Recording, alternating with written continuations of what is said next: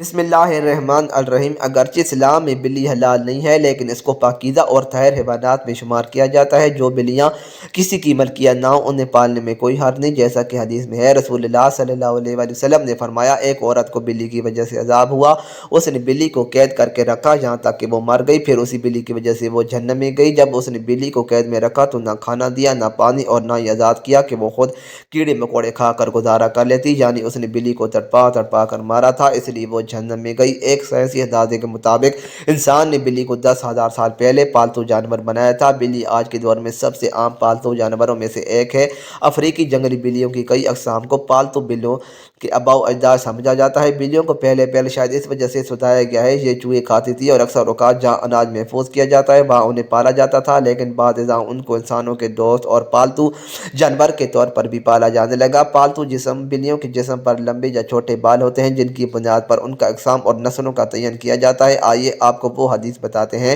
جس میں بلی کے متعلق ذکر کیا گیا ہے۔ دوستوں، روایات سے یہ بات ثابت ہے کہ بلی اگر کھانے میں سے کچھ کھا جائے تو یا پانی پی جائے تو وہ پلید اور نجس نہیں ہوتا، کیونکہ حدیث مبارکہ ہے، ایک عورت نے عائشہ رضی اللہ تعالیٰ عنہا کو ہریسہ بھیجا تو وہ نماز پڑھ رہی تھی۔ اس عورت نے ہریسہ وہیں رکھ دیا تو بلی آئی، آ کر اس میں سے کھا گئی۔ عائشہ رضی اللہ تعالیٰ عنہا نے نماز کے بعد اسی جگہ سے ہریسہ کھایا جہاں سے بلی نے کھایا تھا، اور فرمایا، رسول کریم صلی اللہ علیہ وآلہ وسلم کا فرمان ہے، یہ بلی پلید اور نجس نہیں بلکہ یہ تو تم پر آنے جانے والیاں ہیں۔ حضرت عائشہ رضی اللہ تعالیٰ عنہا بیان کرتی ہیں، میں نے رسول کریم صلی اللہ علیہ وآلہ وسلم کو بلی کے بچے ہوئے پانی سے وضو کرتے دیکھا ہے۔ دوستو، جہاں تک گھر میں بلی پالنے کا سوال ہے تو فقہاء کا کہنا ہے گھر میں بلی پالی جا سکتی ہے، ایسا کرنے میں کوئی حرج نہیں، کیونکہ بلی نہ ہی موذی جانور ہے اور نہ ہی نجس ہے۔ ہر شخص کو معلوم ہے اس میں کوئی نقصان نہیں بلکہ بلی رکھنا گھر میں فائدہ مند ہے، یہ گھر میں پیدا ہونے والے کیڑے مکوڑوں چوہے وغیرہ کھا جاتی ہے۔ ماہرین کے مطابق بلی کے پیار میں اللہ نے ڈپریشن کے مرض کا علاج رکھا ہے۔ اس کے بالوں میں خاص قسم کے بیکٹیریا پائے جاتے ہیں، انسانی جسم میں ڈپریشن کو کم کرنے میں مدد دیتے ہیں۔ چنانچہ پالتو بلی اپنے ساتھ لپٹا کر بٹھایا اور سلایا جائے، یہ نہ صرف آپ کی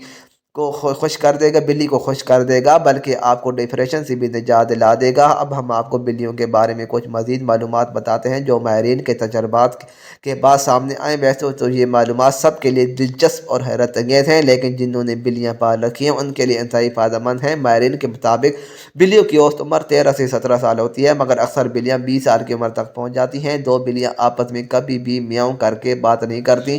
جب بھی آپ بلی کی میاؤں کریں جان لیں کہ وہ آپ سے مخاطب ہے۔ اس کے علاوہ بلیوں کی مونچھوں کے متعلق ایک عام تاثر پایا جاتا ہے کہ ان کی مونچھوں کے ذریعے بلیاں اپنا توازن برقرار رکھتی ہیں، بالکل اسی طرح جیسے اکثر سینگوں والے جانوروں کے سینگوں کے متعلق یہی تاثر پایا جاتا ہے، تاہم ماہرین کا کہنا ہے یہ تاثر سراسر غلط ہے۔ بلیوں کی مونچھوں کا اس کے جسمانی توازن کے ساتھ کوئی تعلق نہیں۔ ماہرین کا کہنا ہے بلیوں کی مونچھیں دراصل یہ ایک سینسر کا کام کرتی ہیں، یہ فاصلے، جگہ اور مختلف اشیاء کے سائز کا پتہ لگاتی ہیں اور بلی کو اس سے آگاہ کرتی ہیں، حتیٰ کہ اندھیرے میں بلی اپنی مونچھوں کے ذریعے کسی بھی فاصلے یا کسی بھی چیز کے سائز کا پتہ چلا لیتی ہے۔ رپورٹ کے مطابق بلی کی مونچھیں تنگ جگہوں یعنی چوہوں کے بل وغیرہ سوراخ کی چوڑائی کا بھی اندازہ لگاتی ہیں۔ بلی اندھیرے میں بھی اپنی مونچھوں کے ذریعے کسی بل کا پتہ چلا لیتی ہے کہ وہ کتنا چوڑا ہے۔ اگر بلی کسی تنگ جگہ میں جانا چاہتی ہے تو یہ اس کی مونچھیں ہی جو اسے بتاتی ہیں کہ وہ اس تنگ جگہ میں جا سکتی ہے یعنی، اور کہیں اندر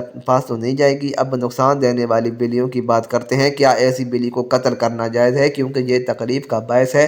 بلی کو کسی صورت بھی ایذا دینا شرعاً جائز نہیں۔ بلی ایک پالتو جانور ہے، ہاں اگر بلی کوئی خون خروار ہے اور گھر میں نقصان کرتی ہے تو اسے مارنے کے بجائے پکڑ کر کسی دور دراز علاقہ میں چھوڑ دیا جائے تاکہ وہ اپنا ٹھکانہ بدل دے، لیکن اسے قتل کرنے کی اجازت نہیں دی جا سکتی اور نہ ہی ایذا دینے کی۔ عام طور پر بلی کے رونے کو بدشگونی مانا جاتا ہے۔ عام خیال یہ بھی پایا جاتا ہے کہ بلی جب کسی گھر میں روتی ہے تو اس کے گھر میں فوتگی ہونے والی ہوتی ہے۔ کچھ لوگ یہ بھی کہتے ہیں کہ بلی کے گھر میں آنے والی روحوں کو دیکھ کر روکتی ہے۔ یہاں حضرت شاہ تبریز سے